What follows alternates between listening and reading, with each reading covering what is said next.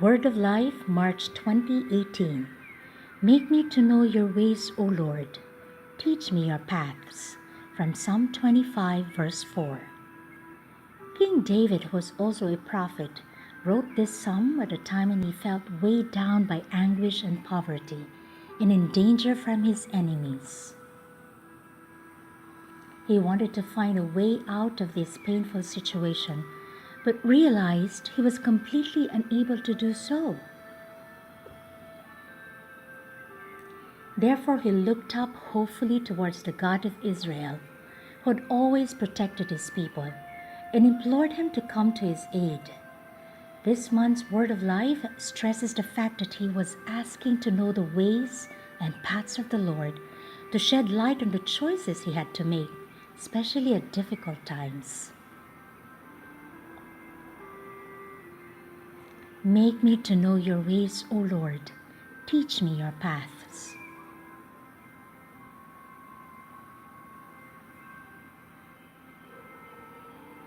Sometimes we too have to make decisive choices about our life that involve our conscience and the whole of ourselves. It could be that we have many paths to choose from and are uncertain about which is the best. Other times, we feel there is no path at all. Wanting to find a way ahead is deeply human, and sometimes we need to ask help from those we consider our friends. Christian faith makes us become friends with God. He is a Father who loves us. He knows us through and through and wants to accompany us on our journey. Every day, God invites each of us to set out freely on an adventure in which our compass is unselfish love for Him and all His children. The ways and paths are opportunities to meet other travelers and find new goals that can be shared. Christians are never isolated individuals, but part of a people traveling towards the fulfillment of God, the Father's plan for humankind. Through all He said and did, Jesus revealed God's plan to bring about universal fraternity, the civilization of love.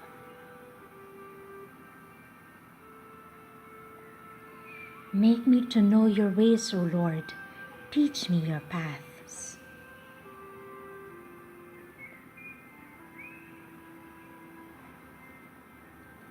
The Lord's ways can be daring and may at times seem more than we feel able for, like rope bridges hanging between high walls of rock.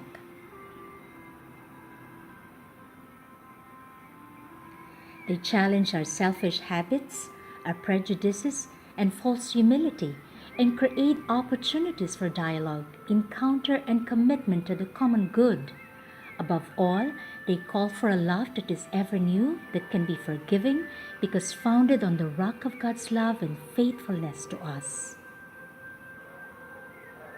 This ever new love is something we cannot do without when building just and peaceful relationships among people and nations. Even the witness given by a simple and authentic good deed done with love can give others the light to see their way forward. At a meeting in Nigeria, when both children and adults were sharing their experiences of loving according to the gospel, a little girl called Maya told her experience. "Yesterday, when we were playing, a boy pushed me and I fell over.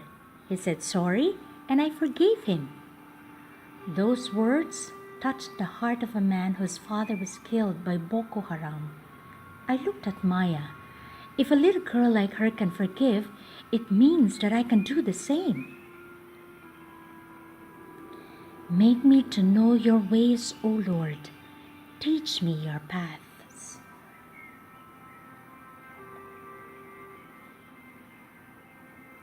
If we want to entrust ourselves to a sure guide on our journey, let's remember that Jesus said, "I am the way." When Chiara Lubick spoke to young people gathered in Santiago de Compostela during the 1989 World Youth Day, she encouraged them as follows.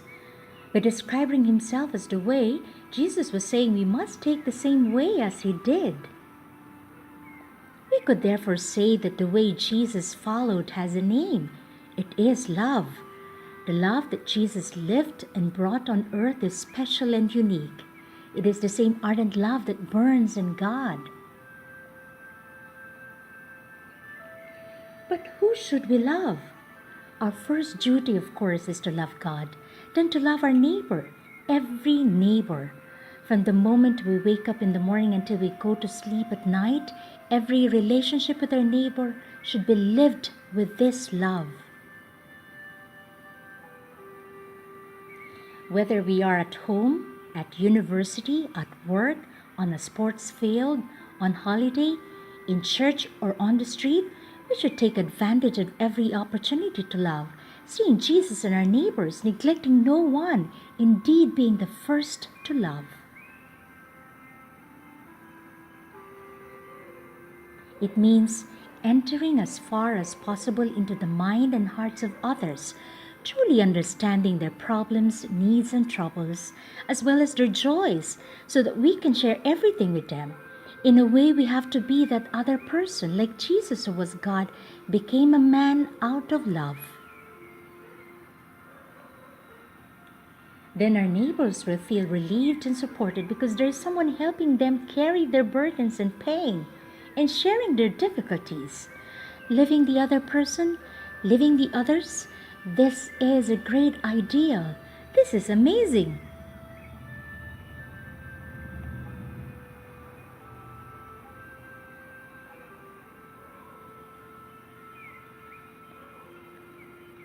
Make me to know your ways, O Lord. Teach me your path.